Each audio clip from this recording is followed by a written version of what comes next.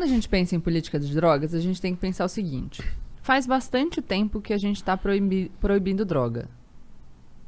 E, enfim, elas estão aí ganhando a guerra às drogas há anos. Então, não tá funcionando. O Jean tem uma camisa maneira pra caralho. Palmas para as drogas que por mais um ano venceram a guerra às drogas. É dessa marca, não é, Jean? Não é dessa marca aqui? Cara, pior que eu não lembro, pra ser sincero. É. Talvez seja. Então, acho que esse é um indicativo, não de que as pessoas precisem concordar com a minha proposta, mas de que a gente precisa pensar. Porque se a gente está fazendo um negócio por tanto tempo e o negócio não está funcionando como a gente quer, a gente precisa pensar. Eu tenho no meu Instagram uma série de vídeos sobre isso, mostrando uma fala do ex-ministro e ex-juiz Sérgio Moro, porque, enfim, na época, uma visão não considerada alinhada ao meu pensamento, e ele falando sobre o tabaco. Ele estava dizendo, a gente tem um imposto alto sobre o tabaco, só que isso faz com que uma parcela maior do mercado seja tomada pelo contrabando. 40%. E o cigarro... Ou 60%, sei lá. O cigarro contrabandeado, ele não tem controle fitossanitário, então ele é pior para a saúde. Com a droga é 100%. A gente não tem controle fitossanitário. O prensado é um lixo. Então, um lixo. O bem jurídico tutelado na linguagem do direito penal, aquilo que o crime previsto na lei de drogas protege, em tese, é a saúde pública. Só que a gente está gerando mais prejuízo para a saúde pública. E aí a gente gasta muito mais dinheiro encarcerando pessoas, prendendo gente, do que com saúde pública. E aí outro ponto, quem que a gente prende? Os grandes traficantes? Não. Porque eu queria trazer um livro, aliás, eu não achei em casa, o Sentenciando o Tráfico, do juiz Marcelo Semer, e ele vai mostrar que uma pequena parte das prisões é decorrente de investigação. O resto é policial militar na rua, prisão em flagrante. Você pega um cara jovem, primário, coloca na cadeia, cumprindo pena, e aí, enfim, ele acaba integrando uma das facções criminosas. Aqui tem o livro A Guerra, do Bruno Paes Manso, A Ascensão do PCC, fala um pouco disso. E você perde essa pessoa. Então, você, achando que você está combatendo violência, você acaba produzindo mais violência. É um contrassenso à política. Você dá material humano pro tráfico. Exatamente. Né? Porque o cara vai pra cadeia, já tem a ficha suja. Então, a questão é, a gente precisa pensar. Outra coisa, tempo de polícia. O uso de drogas segue sendo crime. Tá? Ele não é punido com pena de prisão, mas... Já fui algemado, já fui pra cadeia. E você tem que assinar o termo circunstanciado, né? O Igor foi lá na DENARC comigo, porque a gente, né... Pior que é, estamos sendo investigados pelo DENARC. Estão sendo investigados? É. Por quê? Porque a gente fuma tabaco orgânico. Dele. Mas aí você percebe? E, então, todo um dinheiro, gasto público direcionado para isso... É incentivo, talvez. Gasto público direcionado para isso, enquanto a gente não consegue punir nem 10% dos homicídios no Brasil. Bom, não tem uma estatística que 40% das pessoas que estão presas não foram julgadas ainda? Muitas das pessoas... Não é absurdo isso?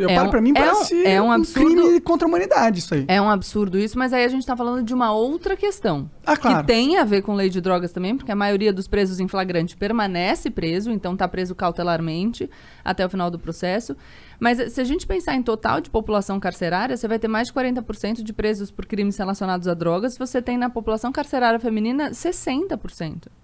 E, de novo, não é o grande traficante. Então, é uma peça substituível. Sim. O que eu tô falando é, nós estamos gastando dinheiro, a gente está gastando tempo de polícia e não está produzindo resultados. Então, a única coisa que eu enfim, defendo é que a gente pense com racionalidade.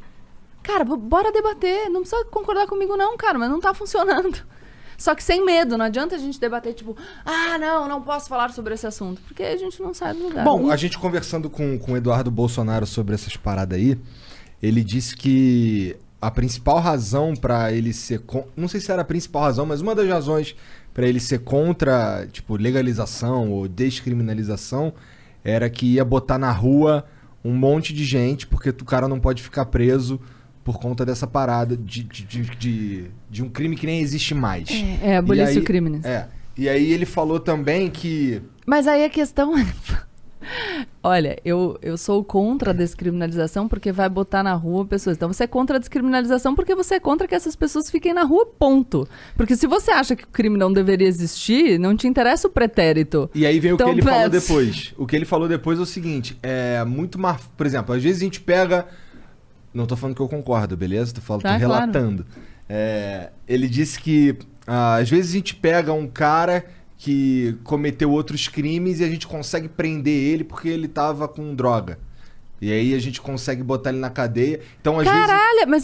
Não, desculpa, o cara tá falando, o Estado é ineficiente e não consegue fazer o que a gente tem que fazer, então a gente precisa dar um jeitinho, um jeitinho que a gente... Cara, pô, mas aí desculpa, gente.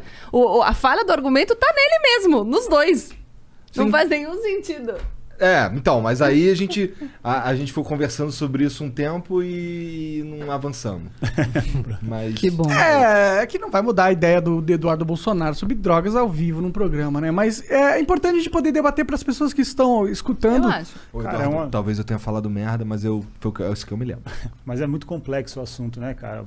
O foda é a galera, tipo, jogar qualquer coisa de orelhada sem estudar a fundo, porque é um assunto delicado demais, né? Mexe com a vida das pessoas. E outra, você não precisa dar um passo gigante. Eu aceito pequenos passos. Primeiro é uma coisa. Você não precisa... Não, e você não precisa descriminalizar. A gente não conseguiu ainda nem julgar o recurso que está no Supremo para descriminalizar a conduta de porte para uso pessoal. Então tem muito a percorrer. Pode e aí, crer. se a gente vai falando de mercado de cannabis agora, um mercado que se apresenta como muito promissor. Vocês estavam falando de investimento em poupança. A gente está falando dessa corrida, o green, né? Que é a corrida por esse tipo de mercado. E a gente vai ficar para trás de novo. E o Brasil é um lugar excelente pra produzir esse tipo de Pô, coisa. que tem sol pra caralho, né? Eu nem, assim, Eu nem conheço tantos dados de, enfim, como muito seria a sol. produção aqui. Mas de qualquer maneira... Não, a gente tem muito chão e essa porra nasce em qualquer lugar. Assim, eu nem fumo maconha. Mas eu acho uma burrice fodida várias coisas, sabe? Esse lance aí do... Primeiro que assim, todo esse lance de proibir maconha tem a ver com encarcerar os caras mesmo, né? Não tem muito a ver com... trouxe aqui o livro do Henrique Carneiro, Drogas, a História do Proibicionismo. Posso indicar um podcast? Claro. Tem um podcast dele na Ilustríssima, uma conversa ilustríssima da Folha de São Paulo, bem legal. Ele explica as origens do proibicionismo e por que era uma lei direcionada para uma tentativa de criminalizar grupos. E aí a substância foi o meio que eles encontraram. Total. Sim. Então é um livro... Não, pra mim essa discussão é uma discussão que devia ser um DAN. Pelo simples... quem? Um DAN, uma obviedade, uma conclusão óbvia de se chegar... Pelo primeiro... Toda vez ele mete. Não, mas eu acho bom o Dan, que eu pensei que poderia ser um vocabulário de game. Não, pelo próprio argumento que você trouxe. Tipo, o consumo de drogas nunca esteve tão difuso. Difundido, Então... E aí? É óbvio que não tá dando certo. Se o objetivo da guerra contra as drogas era inibir o consumo... Errou! E aí? A partir do momento que a gente tem essa constatação óbvia, não devia ser devia ser tipo... Vamos repensar, né? Cara, tinha mas que a ser- questão é que viram tem vários debates interditados, né? Sobre os quais a gente não consegue falar. E é isso. E aí a gente fica empacado. Porque se a gente não conseguir falar, a gente vai permanecer empacado. É verdade. E, porra, tu que é DJ lá, deve ver os amigos diretão, né? Curtindo uma paradinha. Bastante, cara. Enfim, na Então, noite não parece estar muito proibido ali, né? Com Então, todo respeito aí os amigos que curtem. A parada é essa, que a gente acabou de falar aqui. A proibição é uma proibição meio que para inglês ver, né? As drogas são proibidas, mas qualquer pessoa sei lá, no WhatsApp ou qualquer coisa, um segundo o cara arruma o que ele quiser. Então, é uma proibição que não funciona.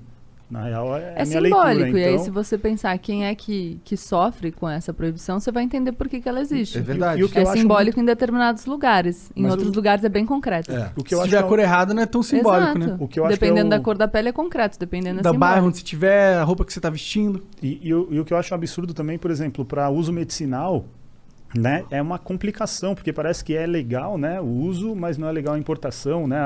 É do insumo. Do insumo. Exato. A gente tem agora, pode usar os medicamentos à base de cannabis, mas você precisa de uma autorização específica da Anvisa, até para produção, mas você tem que importar o insumo.